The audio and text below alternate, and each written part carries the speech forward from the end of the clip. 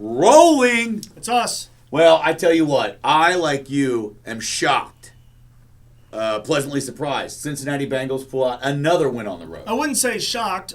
I didn't pick them to win. Right, that's what I was saying. But I'm not, I'm not floored. I'm not stunned. I'm not No. flabbergasted.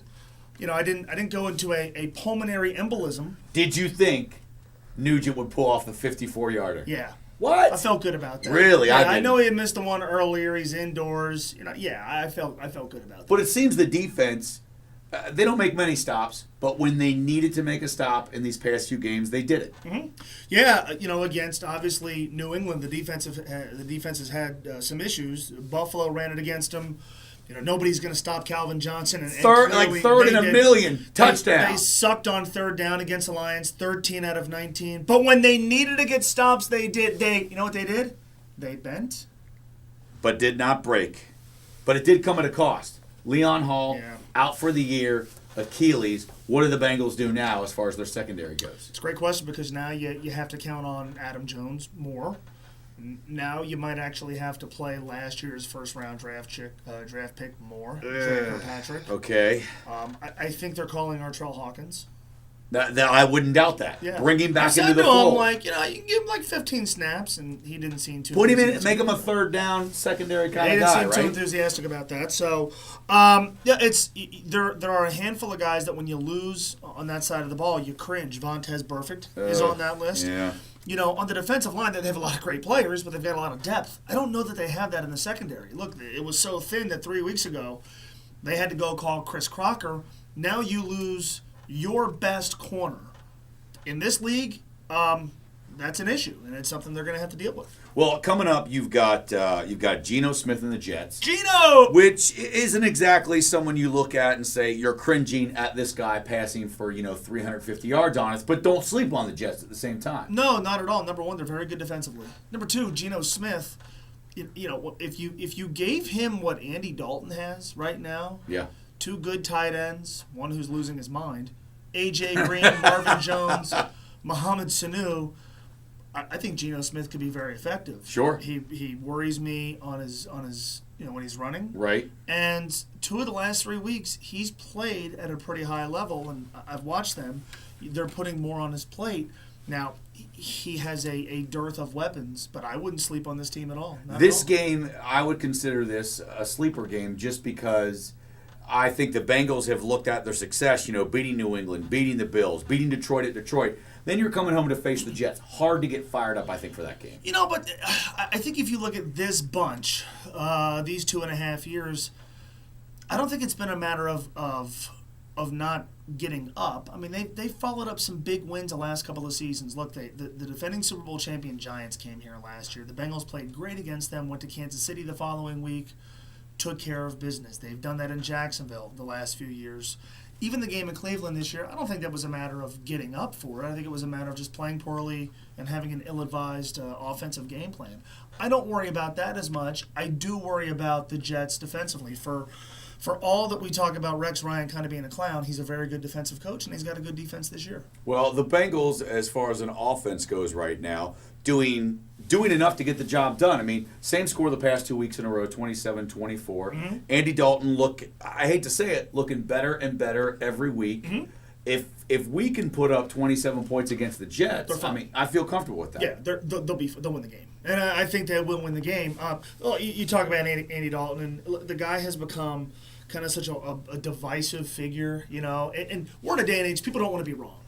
People just they'd rather be right than root for the guy who's the quarterback of their favorite team. So he reminds me of a political argument. Have you ever watched like Fox News or MSNBC? Sure, all the time. I make a point of not. But when I go to my grandmother's and I'm forced to watch that crap, people will take an issue or something going on and they'll grab the facts that support their argument and ignore the rest. Sure. We do that with Andy Dalton. So now it's there were a couple of underthrows.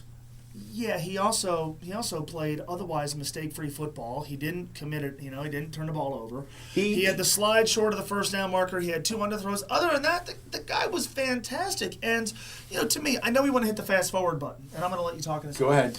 I know we want to hit the fast forward button and go to January. Between now and then, the guy has to continue to improve. Well, where we were 3 weeks ago to now, every week the guy has gotten better. The accuracy was better against the Patriots. It was better on steroids against the Bills. And they opened things up a little bit more against the Detroit Lions, and Andy Dalton, within that framework, played very well. He's progressing.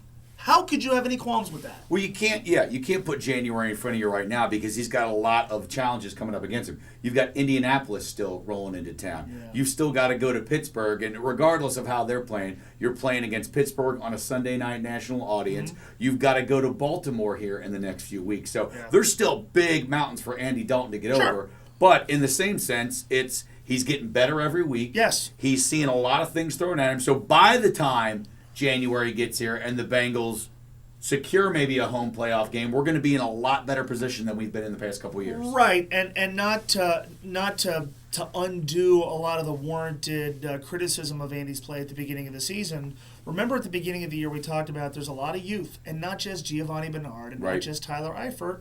Look, Marvin Jones hadn't played really a full NFL season. Mohamed Sanu had not. You can't tell me that a level of comfort hasn't been achieved that wasn't there in the first couple of games of the season. I think we have to allow for that. That has to continue to grow, and it has to continue to expand, and they have to continue to find some balance on offense. They didn't run the ball very well against the Detroit Lions, but from where we were 3 weeks ago to now, that's progress. Yeah. And along the way, they've won 3 games, have a 2-game lead in the division. They're coming home to play a team they're favored against. I don't know how you can be unhappy right now. Andy Dalton is finally spreading the ball around because when we first started talking about this at the beginning of the year, his go-to guy was just A.J. Green. And now he's figuring out that if I spread the ball around a little bit, I may throw to A.J. Green, maybe 4 or 5 times, Yeah. but the guy's going to get a couple touchdowns, 150 yards out of the deal. Mm-hmm. So Yeah. this weekend with the Jets, what's going to happen? What's going to be the score? I'm gonna take the good guys. I don't think I'll ever pick the Bengals to win by more than a touchdown. I think it's a safe bet. I don't think they're capable of doing that. So this week I'm gonna go 24-17. 24-17 Cincinnati Bengals. I am going to go 31. Wow. All right. They'll pop their cherry on that. Wow. Bust that 30 out. Yeah. I think 31-24. Let's go 31-24. The Jets will score 24 against the Bengals defensively. Against the Bengals, yes, because I think what will happen is the Bengals will get up. Yeah. It'll look like they're ready to nail the coffin shut. And these guys, And then they'll let the Jets back into the game just enough to keep people at the stadium. It's good business if you think about it. Interesting theory. Keep the game close. Keep the game close. Keep those concessions going. 'Cause there are a Don't lot of- sell beer after the third quarter. People though. often do leave, like in the second quarter of NFL games. If it's blown out. All right. Well, they'll be 6-2 at the midway point, and then we have a short week next week to talk about the game. Oh, the game in The Miami. Halloween night game. Did you get your Halloween candy yet? Sour Patch Kids. Go with the Sour Patch But Kids. you and I love talked it. about this last year. I have bought my candy, and I didn't buy fun size.